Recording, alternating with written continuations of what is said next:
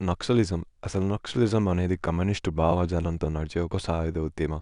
వీళ్ళు ప్రభుత్వాన్ని సైతం వ్యతిరేకిస్తారు. పేద ప్రజలకు న్యాయం చేయడానికి తుపాకీ బాట పట్టిన విప్లవ నాయకులు వీరు. అసలు ఈ నక్సలిజం ఎక్కడి నుంచి మొదలైంది? నక్సల్బరీ తిరుగుబాటు 1967. పశ్చిమ బెంగాల్లోని నక్సల్బరీ అనే ఊరిలో నక్సలిజం పుట్టింది. అందుకే దీన్ని నక్సలిజం అని అంటారు. అసలు తెలంగాణలో నక్సలిజం ఎలా వచ్చిందంటే, నిజానికి నక్సలిజానికి ముందే తెలంగాణ రైతాంగ తిరుగుబాటు 1946 నుండి 1951లోనే పేద రైతులు భూస్వాముల మీద పోరాడారు. నిజాం రాజ్యంలో జమీందార్లు దేశ్ముఖులు ప్రజలని బానిసలు చేసి పీడించేవారు. అప్పుడు కమ్యూనిస్టు అధికారం రైతుల చేతికి ఇవ్వాలని అనుకున్నారు. ఇది ఆగిపోయాక కొంతమంది యువకులు నక్సలిజం వైపు వెళ్లారు. అసలు తెలంగాణలో నక్సలైట్లు ఎలా పెరిగారు? పీపుల్స్ వార్ గ్రూప్ (PWG) అనే నక్సలైట్ గ్రూప్ 1980లో స్థాపించింది. కొండాపల్లి సీతారామయ్య అనే స్కూల్ మాస్టారు దీన్ని స్థాపించారు. వీరు భూస్వాములను చంపడం, పోలీస్ స్టేషన్ల మీద దాడులు చేయడం మొదలుపెట్టారు. వారం వారం మావోయిస్టు భేటీలు, బాంబుల తయారీ, యువతను వాళ్ళ ఐడియాలజీతో ఆకర్షించడం జరిగేది. వీరి ఆలోచన తుపాకీతోనే సామాజిక మార్పు తీసుకురావాలి అనేదే వీళ్ళ నినాదం. తెలంగాణలో నక్సలైట్లు ఎక్కువగా ఉన్న ప్రాంతాలు: ఆదిలాబాద్, వరంగల్, కరీంనగర్, ఖమ్మం, నిర్మల్ మరియు ఆసిఫాబాద్. నక్సలైట్లు ఎక్కువగా అడవుల్లో వెనుకబడిన ప్రాంతాల్లో ఎక్కువగా పనిచేసేవారు. ముఖ్యంగా ఆదిలాబాద్లో దట్టమైన అడవులు ఉండడం వల్ల దళం తప్పించుకోనికి అనువుగా ఉండేది మరియు అక్కడ ఉన్న ట్రైబల్స్ కూడా దళానికి సహాయం చేసేవారు.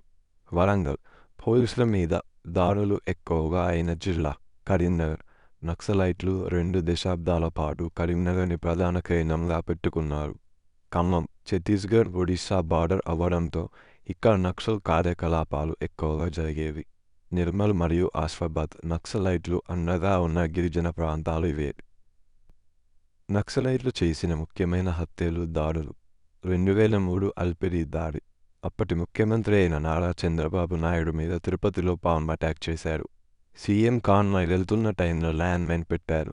కానీ సీఎం చంద్రబాబు నాయుడు చిన్న చిన్న గాయాలతో బతికి బయటపడ్డారు. కానీ ఈ సంఘటన ఒక్కసారి రాష్ట్రాన్ని భయభ్రాంతులకు గురి చేసింది. అలాగే వివిధ పోలీస్ స్టేషన్ దాడులు: వరంగల్, కరీంనగర్, ఖమ్మంలో పోలీస్ స్టేషన్లపై దాడులు చేసి మైన్స్ అమర్చి పోలీసులను చంపారు. ప్రభుత్వం ఈ నక్సలిజాన్ని ఎలా నిర్మూలించింది? గ్రీన్ హౌండ్స్ కమాండో ఆపరేషన్ 1989లో ఇది స్థాపించింది. గ్రీన్ హౌండ్స్ అనేది ఒక యాంటీ మావోయిస్ట్ ఫోర్స్. వీరు అడవుల్లోకి వెళ్లి నక్సలైట్ని వెంటాడి అంతం చేశారు. అలాగే ఆపరేషన్ గ్రీన్ హంట్, ఇది 2009 నుంచి 2011లో కొనసాగింది. భారీ స్థాయిలో నక్సలైట్ స్థావరాల మీద దాడులు చేశారు. తెలంగాణ, ఛత్తీస్గఢ్, ఒడిశాలో నక్సలైట్లను పట్టుపెట్టారు. అలాగే సరెండర్ అండ్ రీహాబిలిటేషన్ ప్రోగ్రామ్. తుపాకీ విసిరితే ఉద్యోగం, భద్రత, జీవనోపాధి ఇచ్చేలా పథకాలు తీసుకువచ్చారు ప్రభుత్వం. దీనివల్ల చాలామంది పాత నక్సలైట్లు ప్రభుత్వ పథకాలను ఆశించి లొంగిపోయారు. ప్రస్తుతం తెలంగాణలో నక్సలిజం చాలా వరకు తగ్గిపోయింది. ఎందుకంటే advanced technology, tribal development, intelligence network వల్ల మావోయిస్టుల ప్రభావం తగ్గింది. గిరిజన గ్రామీణ అభివృద్ధి వల్ల యువత మళ్ళీ నక్సలిజం వైపు వెళ్లడం తగ్గింది. ఇలా మెల్లగా తెలంగాణలో నక్సలిజం కనుమరుగు అయిపోయింది.